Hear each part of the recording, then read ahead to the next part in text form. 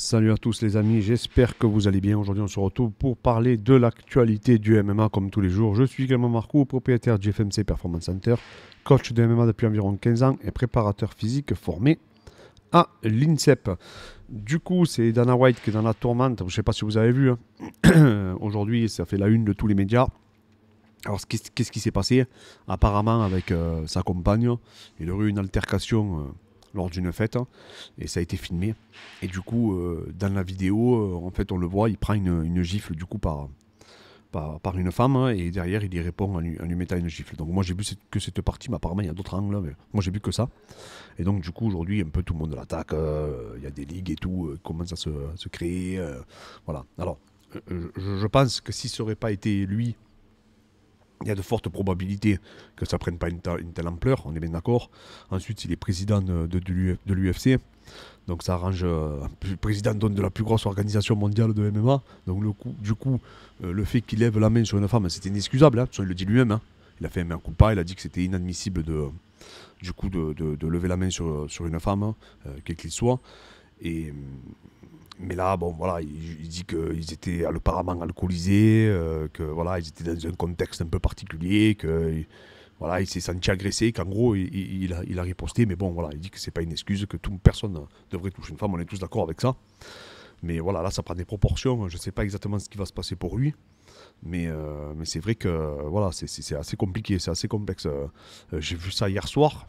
Et j'ai reçu je sais pas combien de messages en me disant est-ce que tu penses qu'il va rester président de l'UFC. Alors je n'en sais rien. Je sais juste que voilà, c'est vrai que quand on est éclaboussé comme ça par des scandales de cette envergure, avec des images à l'appui, ben effectivement, les actionnaires peuvent demander votre démission. Alors lui, je ne sais pas si ça va être le cas, hein, mais vous savez maintenant, rien ne vous est pardonné dans cette société. Hein.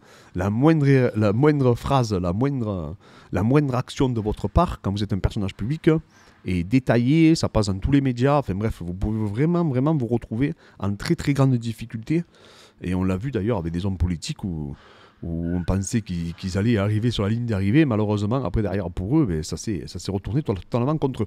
Donc voilà, en tout cas, voilà, ce qui se passe, c'est il commence à voir que certains médias qui font le parallèle avec le MMA, donc ils font des raccourcis, c'est du grand n'importe quoi ce qui est en train de se passer. Ça arrive de partout, je veux dire, ça arrive dans tous les contextes, hein, que ce soit sportif ou pas. Des altercations au niveau des couples, il y en a tous les jours. Donc voilà, ça justifie en rien, bien sûr, mais par contre, c'est sûr que lui, comme il est en plus président de cette organisation et le MMA, vous savez qu'ils ont quand même des farouches adversaires, hein, aux États-Unis également. Hein. Il n'y a pas qu'en France que ça a été décrié. Donc voilà, j'espère qu'ils ne vont pas sauter sur l'occasion pour essayer de leur porter préjudice. Ensuite, une autre triste nouvelle, si elle est confirmée, c'est Damir Ismagulov. Donc, vous avez vu le dernier adversaire de Tsarukyan qui annoncerait sa retraite. Alors, ça, c'est vrai que c'est quelque chose d'assez stupéfiant, hein, parce que y a beaucoup de gens qui ont été surpris, il y a beaucoup de gens qui m'ont demandé de réagir, mais je ne suis pas étonné en soi. Apparemment, qu'il traînerait du coup des blessures à répétition, qu'il aurait un problème de santé. Alors j'ai pas trouvé, hein. Il y en a qui disent que c'est le genou, il y en a qui disent que c'est un problème au poumon. Bon, je vais pas m'éterniser dessus, je n'en sais rien. En tout cas, ce qui est sûr, c'est que non seulement s'il a un problème de santé, et qu'en plus il s'est rendu compte peut-être qu'il a atteint son plein potentiel, et qu'en atteignant son plein de potentiel, eh bien, il a échoué contre Tsarukyan, et il a bien échoué, il faut le dire. Il se dit peut-être que ça sert à rien. Lui, je pense que c'est un compétiteur dans l'âme, je pense que c'est quelqu'un qui voulait être numéro 1 mondial. Là, il est peut-être en train de s'apercevoir qu'il n'y arrivera pas. Il faut savoir que les préparations à MMA, c'est très difficile. Il faut savoir que tous les sacrifices qu'on doit faire, c'est extrêmement compliqué. Donc je peux comprendre que voilà, il préfère s'arrêter là, que plutôt que de tout sacrifier, continuer à essayer d'avancer et de se dire que peut-être il ne sera jamais champion de l'UFC. Et ça, franchement, c'est louable. Hein. C'est louable, hein, qu'il veut se concentrer sur lui-même, qu'il veut se consacrer aussi à sa famille, aux siens. Voilà, c'est pas le premier combattant. Je me rappelle qu'à l'époque, ça avait fait beaucoup parler, c'était Tom Duquesnoy, le français, qui avait arrêté. Mais bon, je pense que Tom aussi s'est rendu compte que oui, il était très fort. Oui, il était annoncé comme un phénomène. Hein, quand il était hors de l'UFC, tout le monde disait qu'il allait pouvoir performer à l'UFC, arriver dans le top 5 et tout. Et en fait, on a eu une désillusion. On s'est très vite rendu compte que malheureusement, son potentiel ne lui permettait pas d'être compétitif contre le top de la catégorie. Et donc du coup, voilà, donc après il a préféré arrêter. Et c'est louable, hein, c'est compréhensible. Hein, donc il a arrêté avec un super palmarès. Et après il s'est focalisé sur autre chose. Mais je pense que Damir c'est pareil. Hein. Là il arrête avec les honneurs, il arrête avec quand même un palmarès qui est assez impressionnant. Il a en plus affronté des mecs vraiment solides. Moi déjà, à son avant-dernier combat, je trouvais qu'il avait perdu, selon moi. Je trouve que les juges lui ont été favorables. Donc voilà, donc c'est sûr que c'est assez triste. Ensuite j'ai vu que Jack Paul et Anderson Silva veulent travailler ensemble pour créer, vous savez, ce syndicat, du coup, pour défendre les combattants.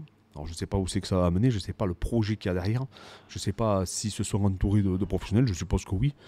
Parce que les frères Paul, on pense que c'est des gens qui n'ont pas de réflexion, mais ils sont loin d'être bêtes, hein, et à mon avis, ils sont très très bien entourés. Donc oui, ce serait intéressant de voir s'ils peuvent faire ça. Alors, parce qu'il faut savoir que dans les autres grandes fédérations, ligues américaines, il y a des syndicats qui protègent les joueurs.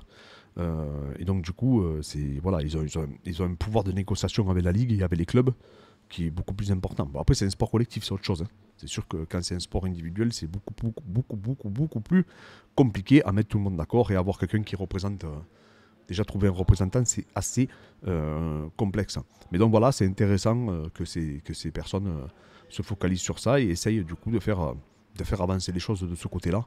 Parce que voilà, en fait, l'UFC est souvent attaqué sur le fait que la répartition des salaires en fait, n'est vraiment pas égal par rapport à ce qu'on pourrait retrouver à NBA et ce qu'on pourrait retrouver par exemple à NFL ou à NHL. Donc c'est sûr que ça fait jaser aux États-Unis et puis voilà, et en plus surtout que je pense que les autres ligues sont quand même ont une part de jalousie vis-à-vis de l'UFC et de son développement économique de ces dernières années.